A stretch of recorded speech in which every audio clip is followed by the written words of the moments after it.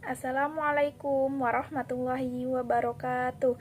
Perkenalkan, nama saya Rindiana, mahasiswi Sitebi Global Mulia dari E-Kelas B 2022. Video ini diambil untuk memenuhi ujian tengah semester mata kuliah Manajemen Sumber Daya Insani yang diampu oleh Bapak Muhammad Zaini El Wahyu SPD MPD. Di sini saya akan meringkas buku yang berjudul Filsafat dan Teori Kepemimpinan, bukunya Dr. Wendy Sepmadi Hutahaen, SE MTH, yang diterbitkan oleh Ahli Media Press pada tahun 2021. Buku ini membahas tentang filsafat dan teori kepemimpinan, tipe dan gaya kepemimpinan, kekuasaan dan kepemimpinan efektif, kriteria dan karakter kepemimpin, kepemimpinan kreatif dan inovatif, pengambilan keputusan efektif, indikator dan nilai kepemimpinan, kepemimpinan publik dan private, komunikasi pemimpin dan relasi, kepemimpinan manajemen risiko, manajemen perubahan dan penolakan, kepemimpinan barat dan timur, etika dan moral kepemimpinan, serta kepemimpinan dan perubahan generasi. Pertama, ada filsafat teori kepemimpinan. Kepemimpinan pada hakikatnya memberikan pemahaman, pengertian, dan penafsiran yang luas terhadap perilaku pemimpin, serta pendekatan dalam memecahkan permasalahan yang dapat dilakukan oleh pemimpin. Sedangkan pemimpin adalah orang yang memimpin kelompok 2 orang atau lebih, baik organisasi maupun keluarga. Ada 3 teori yang menjelaskan munculnya pemimpin. Yang pertama, teori genetis atau ditakdirkan lahir menjadi pemimpin dalam situasi dan kondisi yang bagaimanapun. Yang kedua adalah teori sosial atau kebalikannya dari teori genetis. Pemimpin harus disiapkan, dididik, dan dibentuk, tidak terlahirkan begitu saja. Yang ketiga ada teori ekologis atau sintetis, menyatakan bahwa seseorang akan sukses menjadi pemimpin bila sejak lahirnya dia telah memiliki bakat kepemimpinan dan bakat itu kemudian dikembangkan. Kemudian ada tipe dan gaya kepemimpinan. Setiap orang memiliki karakteristik, sifat, kebiasaan, temperamen, watak, dan kepribadian yang khas dan unik, sehingga muncullah gaya kepemimpinan demokratis, karismatik, paternalistis, militeristik, otoriter, birokratis, populis, atau kerakyatan. Kewenangan adalah kekuasaan atau hak untuk bertindak, untuk memerintah atau menurut tindakan oleh orang lain. Kekuasaan merupakan kemampuan memengaruhi orang lain, maka dimungkinkan setiap interaksi dan hubungan sosial organisasi melibatkan penggunaan kekuasaan. Basis kekuasaan diantaranya ada kekuasaan antar pribadi, kekuasaan struktural dan situasional, kekuasaan pengambilan keputusan, dan kekuasaan informasi. Kriteria dan karakter pemimpin. Karakter dan perilaku pemimpin adalah bagaimana pemimpin menjalankan suatu organisasi secara efektif sehingga mereka dapat mendelegasikan tugas dengan baik, berkomunikasi yang baik dengan bawahan, dan mampu mengambil keputusan yang tepat sesuai dengan kebutuhan dan kondisi organisasi.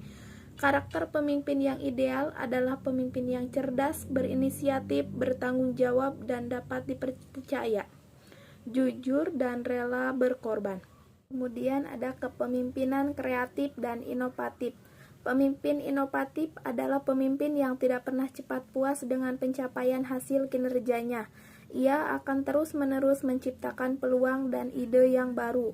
Pemimpin kreatif adalah pemimpin yang memiliki kemampuan untuk membuat kombinasi baru berdasarkan data, informasi, atau unsur-unsur yang ada.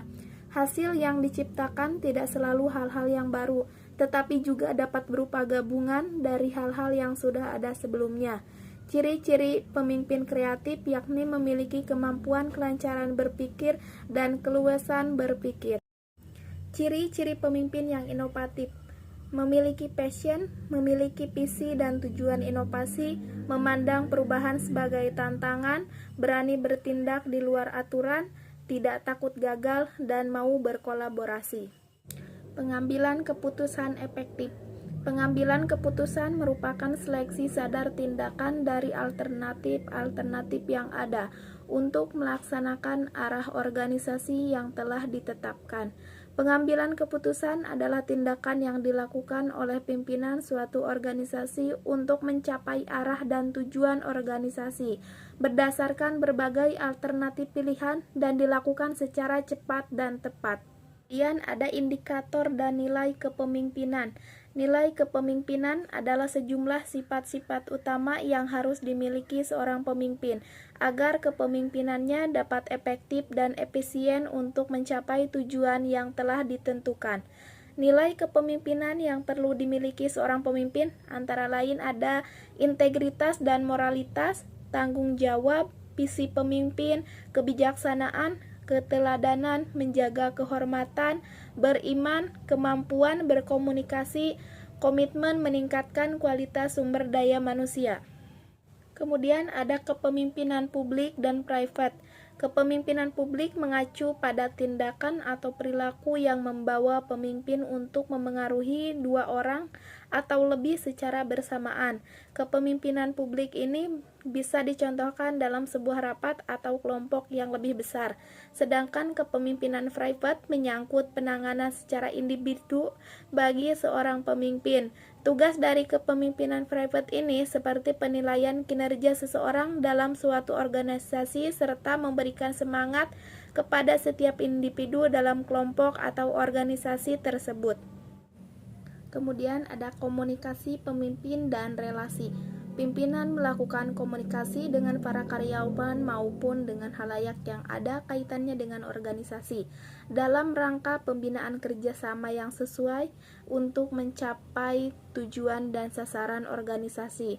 Relasi merupakan upaya menjamin hubungan dengan orang lain, baik itu klien, rekan kerja, bawahan maupun atasan, sehingga sangat menentukan keberhasilan pimpinan dan organisasi yang dipimpin.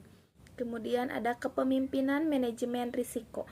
Tindakan manajemen risiko diambil oleh para praktisi untuk merespon bermacam-macam risiko. Responden melakukan dua macam tindakan manajemen risiko, yaitu dan memperbaiki. Tindakan mencegah digunakan untuk mengurangi, menghindari, atau mentransfer risiko pada tahap awal proyek konstruksi. Sedangkan tindakan memperbaiki adalah untuk mengurangi efek-efek ketika risiko terjadi atau ketika risiko harus diambil. Dan ada manajemen perubahan dan penolakan. Manajemen perubahan adalah suatu upaya yang dilakukan manajemen guna melakukan perubahan berencana dengan menggunakan jasa atau bekerja sama dengan intervenis agar organisasi tersebut tetap survive dan bahkan mencapai puncak perkembangannya. Kemampuan mengatasi perubahan adalah kesiapan pimpinan bersama organisasi untuk merencanakan dan melaksanakan perubahan agar organisasi dapat mencapai tujuan yang diinginkan. Kemudian ada kepemimpinan Barat dan Timur. Gaya kepemimpinan yang dominan yaitu gaya kepemimpinan ala Amerika atau Barat dan gaya kepemimpinan ala Asia atau Timur. Gaya kepemimpinan Barat adalah kepemimpinan yang efisien, disiplin, sadar waktu, dan penghormatan terhadap individu. Sedangkan gaya kepemimpinan Timur adalah kepemimpinan solider, dedikasi, kesetiaan, disiplin diri, nasionalis tinggi, dan menghormati yang lebih senior. Kemudian ada etika dan moral kepemimpinan. Kepemimpinan yang beretika adalah perilaku pemimpin dalam hal memahami pikiran, menghayati perasaan, dan memperjuangkan kepentingan orang-orang yang dipimpinnya. Sedangkan perilaku kepemimpinan yang tidak etis adalah perilaku pemimpin yang subjektif, otoriter, diktator, dan tidak memperdulikan kepentingan orang-orang yang dipimpinnya. Sedangkan moral ialah sesuatu yang dijunjung tinggi yang berupa ajaran agama dan paham ideologi sebagai pedoman untuk bersikap dan bertindak baik. Nilai-nilai ini sering diwariskan dari generasi ke generasi berikutnya. Pemimpin harus memiliki moral agar dapat mengarahkan anggotanya untuk mencapai tujuan. Moral pemimpin antara lain jujur, bersatu, disiplin, setia kawan, dan berkorban. Dan ada kepemimpinan dan perubahan generasi. Banyak tantangan yang dihadapi oleh para pemimpin masa kini, khususnya menghadapi perubahan lingkungan dan masa depan. Salah satu alasan kepemimpinan menjadi begitu penting saat ini karena telah terjadi persaingan yang semakin ketat. Perubahan desain dan struktur organisasi, kepemimpinan sangat diperlukan untuk bertahan hidup dalam lingkungan baru yang serba berubah. Kemudian yang terakhir ada kesimpulan dari buku Filsafat dan Teori Kepemimpinan adalah menyoroti pentingnya mengintegrasikan prinsip-prinsip filsafat dalam praktik kepemimpinan. Buku ini menekankan bahwa kepemimpinan yang efektif tidak hanya bergantung pada kekuasaan atau posisi, tetapi juga pada integritas, empati, dan tanggung jawab moral pemimpin. Cukup sekian yang dapat saya sampaikan. Terima kasih. Kurang dan lebihnya saya mohon maaf. Wassalamualaikum warahmatullahi wabarakatuh.